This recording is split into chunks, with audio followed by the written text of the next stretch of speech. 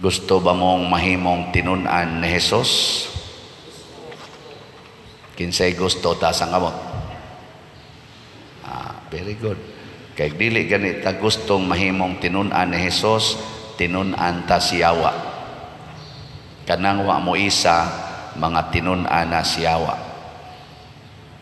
Sige, atong taga-agsikan chance. Kinsa ninyo'y gustong mahimong tinun-an ni Jesus ta sa kamot? Nagya po iwa mo isa, sige lang, bahala na mo diya. Mga igsoon, si Jesus naghatag og standards unsaon aron mahimot ang iyang tinun-an. Matud pa niya, dumti ang inyong mga ginikanan, imong asawa, bana, anak, ug ang imong kaugalingon. Unya, pasana ang imong cross. So, dumti. Ang uban anang interpretasyon, biyae. Dingay mong tupad. Yung naandam kang magdumot sa imong anak. Dumti. Biyae. Muna giingon ni Jesus. Ngano man, tungod kay si Jesus, tungod kay ang Ginoo, labaw sa tanan niyang mga binuhat. Labaw sa iyang binuhat. Kanang imong bana, kanang imong anak, kanang imong asawa, imong ginikanan, apil na ning atong kaugalingon, binuhat ranis Ginoo. Kung ang magbubuhat na gani maoy mo muhangyo nimo, unya murag mababagan ka sa imong minahal nga binuhat ra sa Ginoo, biyae gid nang binuhat, unaha gyud ang magbubuhat. Mao na. So sa atong unang pagbasa, niingon diri, pinaagi ni San Pablo, niingon ang Ginoo, ayaw mo pagapos sa utang. Sa ato pa ang Ginoo, di gyud magsugo nga pangutang kamo. Wa giingon ana. Nya karon kun moingon ang imong mama, pangutang day kay magpa-ospital ko. Mangutang ka dili. Hoy, tubag. Nagtrabaho ka ba? Pangutang day kay para akong ipa-ospital. Mangutang ka dili. Mga yawanon mo. Ayaw, nganong mangutang man ka, nga wa man magsugo ang Ginoo ana. Ayaw pangutang. Tungod lang kay gisugo ka sa imong mama. Ayaw pangutang. Nanglitan ron imong anak muhilak kay mo eskwela gyud. Nya wa gyud kay kwarta. Wa gani kay hapit ikapalit og bugas. Nya imong anak mo eskwela gyud, muhilak. Unsa man? Mangutang ka para ipa-eskwela?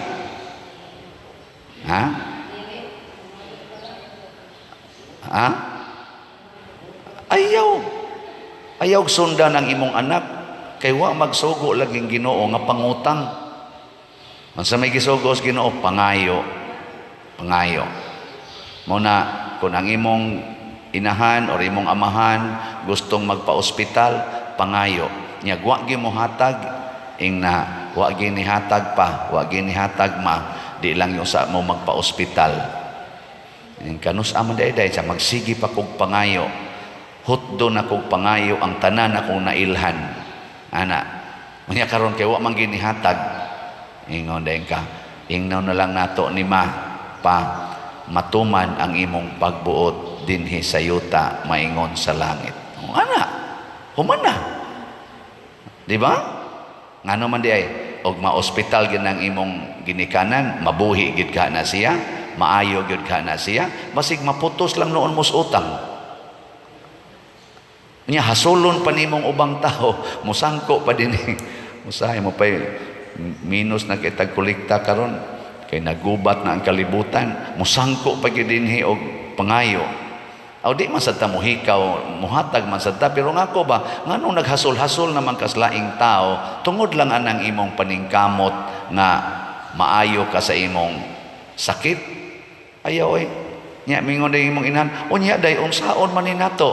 Naaritas ikaduhang sugo pasana ang imong cross ug sunod kanako hangtod sa kamatayon. Antos. Hangtod mamatay. Maubita na dinhi ako gining sigag balik-balik. Kung ang dialysis nala sa akong kidney mao'y makapabuhi nako, ayaw na kong ipadialysis.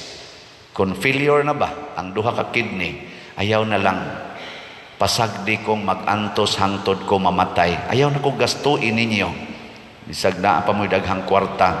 Nga naman, may kapuslanan. Igasto na lang na ang mga bata dihang way mga sakit pero wa ka eskwela. Igasto na lang na ang mga tao diha nga wa kayo'y mga sakit pero ang balay way atop, way bungbong, wa gani tarong salog.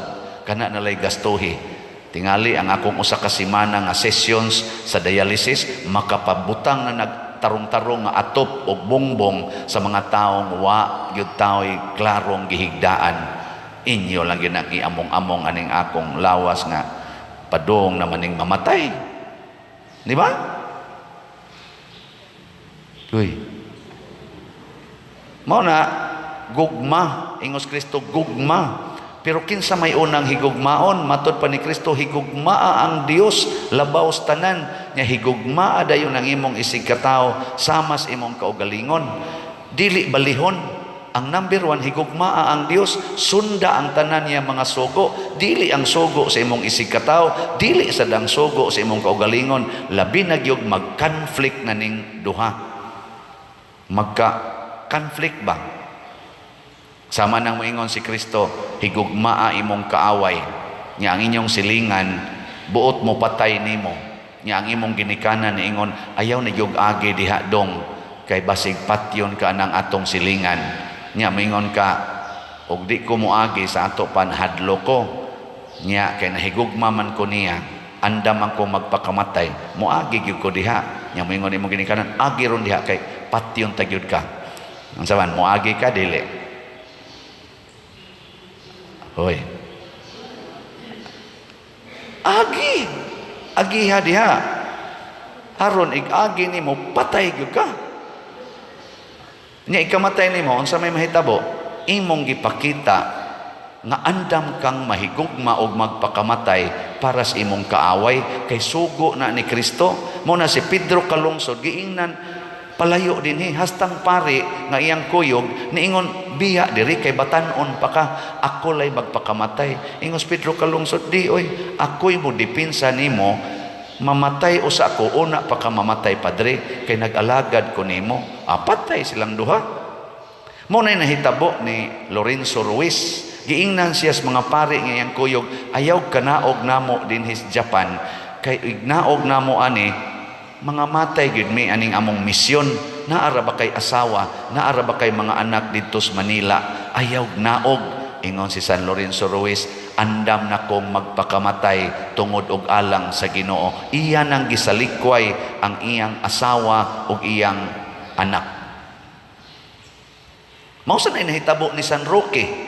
Ingon tingali tong Ginoo, ingon tingali tong iyang hunahuna, ingna nang imong uyuan nga ikaw ni tag-iyas balay, dili ka niya prisohon. Awa yun magpaila si San Roque. Siya, ayan, wa naman say kapuslanan.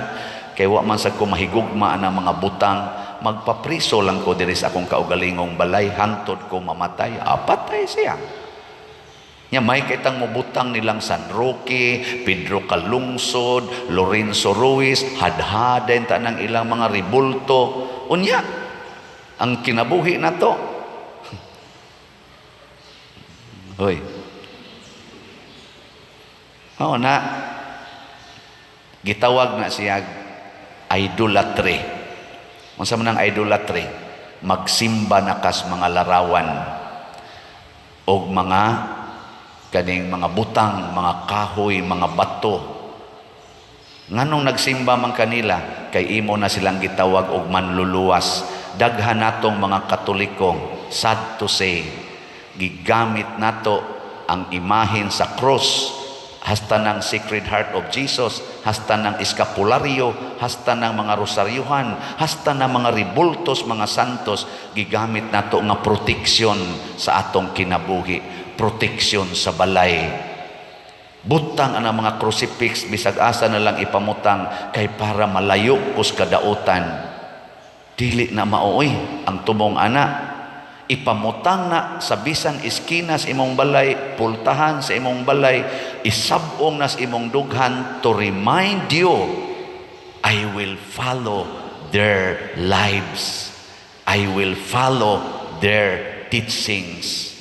Kada nimo tan-aw sa eskapularyo sa Carmelite, unsa may gitudlo diha, sunda ang mahal nga birhen nga andam mo hatag mutahan sa iyang anak aron patyon tungod kay iyang luwason ang kalibutan. Kana nganong magbutang ka crucifix sa atubangan sa imong pultahan aron inigsud nimo sa imong pultahan, moingon ka, ang akong mga pag-antos timaan sa akong pagkahiusa ni Kristo, bisag naa ako suod sa akong kwarto, mag-antos ko. Paras na kong pare, butangan ko nag-cross ang akong akong pultahan sa akong kwarto, inigsud na ko dito, moingon ko mag-antos ko. Nya moingon ni akong nahuna, ay ayaw nag-antos diha, na ay internet, tan-aw diha mga porn, aron malingaw ka kay lonely kay kastanan.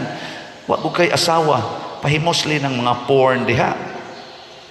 Nya unsa may akong istubag, bitaw no. Ada yon.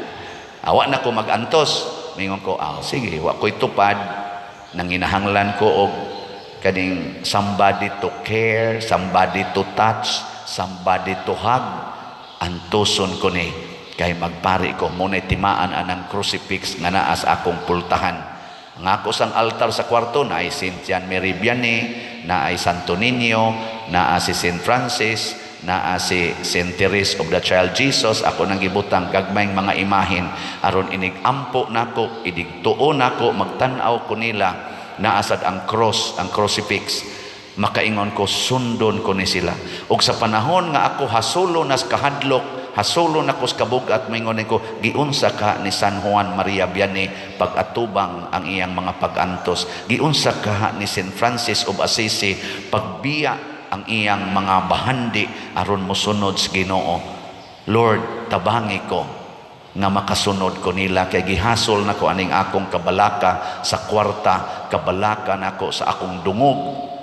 Kung dauto nako, tagaan nako butang-butang, i-post nako social media, kaning paria wa ni ayo, kaning paria ana tambaloslos ni nganaon, hingwarta ni gahimo ni negosyo sa iyang misa. Kung makabasa ko ana mo ana din ko sa crucifix, Jesus, tabangi kong makasunod ko nimo sa dihang gibugal-bugalan ka, sa dihang gibutang-butangan ka, o gani sa dihang gilansang ka sa cross, na di unta ko matarog ani.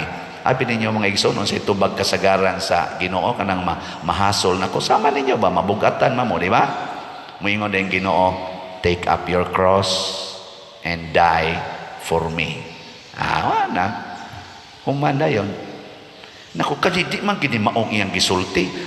Gipatakaan raman ko, na misquoted man ko ani. Ingon din Ginoo, ay da, ayaw nagdipinsa. Love him, love them. Awa na, linaw da yon. Bitaw Lord, no? Ngano maday, dili ko kahimog higugma aning gabutang-butang nako. Di ko kahimog higugma aning na misunderstood ko. Di ko kahimog higugma aning buot mo patay nako. Pwede man. Yung Ginoo, ka na. Ayaw na ba pagsigig rason-rason? Di ba? Lingihay mong tupad. Yung na, unsa kahag parihasa na tos Padersiano.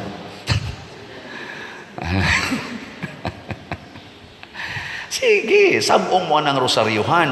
Kay ba mo kung sa inaas rosaryuhan? Aron inigtan-aw nimo sa amin, gabitay ng rosaryuhan sa imong liog, ang mystery of the life of Jesus and Mary, ang ilang banding dinhis kalibutan.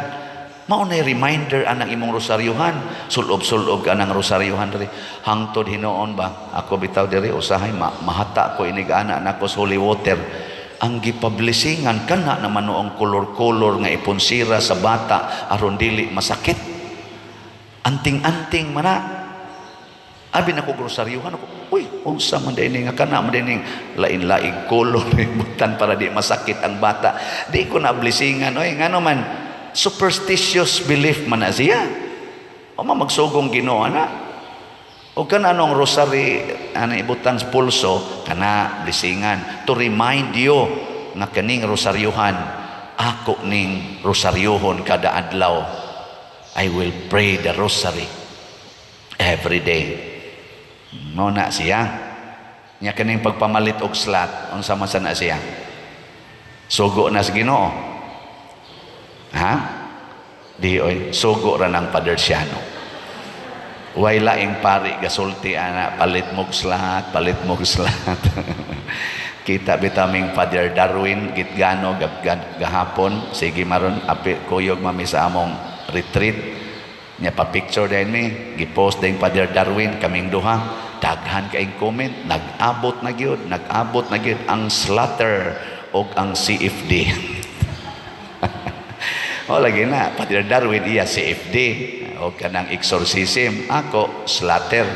Sugo ni nako, pero I believe sugo nis Ginoo. Ngano man matud pas Ginoo diri sa samang pagkaagi, walay bisan kinsa kaninyo nga mahimong akong tinun-an gawas kon iyang biyaan ang tanan niyang katigayunan. So ako mong gitudluan nga mo hinay-hinay og biya sa inyong katigayunan pinaagi sa pagpalit og slots para sa kaayuhan sa simbahan. Biyai ang imong katigayunan, pila ra gunang 100 imong biyaan aron imong itampo dinhi sa simbahan. Pila ra gunang 10,000 nga imong biyaan aron itampo nimo dinhi sa simbahan. Mao na nga salamat kaayo si Sister Fe Barino ang overall nga kaning murag sana directress sa ni pag title nga nagpahigayon aning kuan ba sa laying aside sa kaning aning national retreat of priests.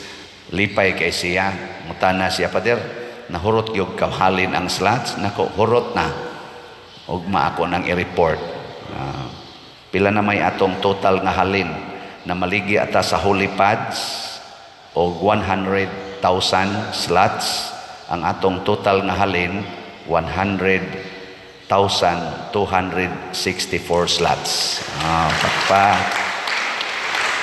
Sobrahan nya ang dinhi sa atong parokya ang nisulo dinhi nga slots 7 million or 70,367. Nya ang dito sa mga charismatic sa ilang grupo nilang Sister Fe niabot og 29,897. Pakpakan nato sila. Kaning equivalent nga amount ani is 7,036,756 and 3 centavos ato ning i-remit totally ngadto sa archdiocese. Unya gamito na ni tanan para niini karong nagpadayon nga retreat hangtod ugma. Daghan kay mi didto mga pari, nindot kay tanawon. Nya matud pa sa among speakers sa kabadri o sa kapari, ang sentro sa kinabuhi sa pari, ang rason nganong mumisa mi, ang rason nganong nagpari mi, maura gyud si Jesus and only Jesus. Nya dili nami maghimog daghang rason nganong mumisa mi, nganong muwali mi, nganong mubiya mi o mupuyo mi niining silibit life, only Jesus. Dili ang security sa among kaugalingon. Andami magantos, andami muhilak, andami magpakauaw for Jesus. Nindot no? O na ako din ibahalag jutay kay mo palit usahay, sige ra jud kog balik-baligyag slot. Nya ang ato sang sitiyo, ang Christ Transforming Union, 40,000 atong gibaligya. As of yesterday, nahalina na taog 10,520 ka slots. Pakpa. Humnani ninyo palit ha, 29,480 na lang ka slots, tag 100 pesos per slot. Nya naasa ni siya ay 60 slot challenge, tag 6,000 pesos per challenge, As of yesterday, nakadawat na po tag 118 ka 60 slot challenge. Pakpakya po. Ang ato sang investment slot, nagpabilin nga 44 slots pa ang available. Tag 500,000 pesos per slot ni siya. So hinaut unta, kining tanan natong gibuhat, masabtan ta ni nato nga gitudluan ta unsaon paghigugma ang Dios, unsaon paghigugma ang simbahan, labaw sa atong kaugalingon, labaw sa atong mga gimahal. Kay lagi ang magbubuhat, unahon gyud paghigugma, dili ang binuhat. Ang atong pagsalig adto gyud sa magbubuhat, dili sa mga binuhat. O kana maunay tinuod nga pagtuo, tinuod nga paghigugma, og tinuod nga makapaluwas nato og makapabalaan. Manindog na ta.